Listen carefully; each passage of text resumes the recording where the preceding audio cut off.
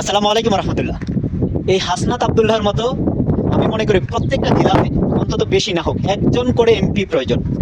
যে এমপি যার হক তাকে বুঝিয়ে দেওয়ার মতো যার এবিলিটি আছে তিনি পারবে।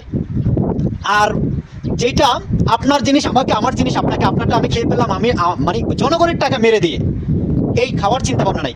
আমার বয়স এখন 33+, ঠিক আছে? তো এই 32-33 বছর বয়সে এই জীবনে প্রথম শুনলাম যে একজন এমপির বরাদ্দে জনগণের জন্য চেয়ারম্যান মেম্বারের কাছেও কিন্তু পৌঁছে যায়, যেটা হচ্ছে খেজুর খেজুর বরাদ্দ হয়। এই জীবনে প্রথম শুনলাম। তা আপনারা কারা কারা শুনেছেন আর এটা আপনাদের কাছে কার কার কাছে ভালো লেগেছে সেটা অবশ্যই কমেন্ট করে জানাবেন। ভালো লাগবে অবশ্যই। আর হচ্ছে ভিডিওটি অবশ্যই শেয়ার করবেন যেন তার মতো এমপি প্রতিটা এমপি যেন তার মতো করে জবাবদিহিতা দিতে পারে এবং তার মতো করে জবাবদিহি দেওয়ার সেই সাহস থাকে প্রতিটা এমপির। যেন গরিবের হক কারোর পকেটে না ঢোকে, পয়সাওয়ালার পকেটে না ঢোকে, গরিবের হক গরিবের পকেটে যেন ঢোকে, গরিবের পেটেই যেন ঢোকে। ভিডিওটা ভালো লাগলে অবশ্যই শেয়ার করবেন আর সবাইকে দেখার সুযোগ করে দেবেন। কে বলেছে এই যুব সমাজ পারে না?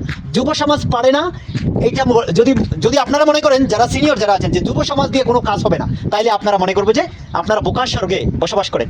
যুব সমাজের ধারাই হচ্ছে এই হাসনাত আবদুল্লাহ ভাইয়ের মতো এরকম সুশীল সমাজ, সুশীল এমপি, সুশীল রাষ্ট্র পরিচালনা করার মতো তাদের সেই অ্যাবিলিটিও আছে।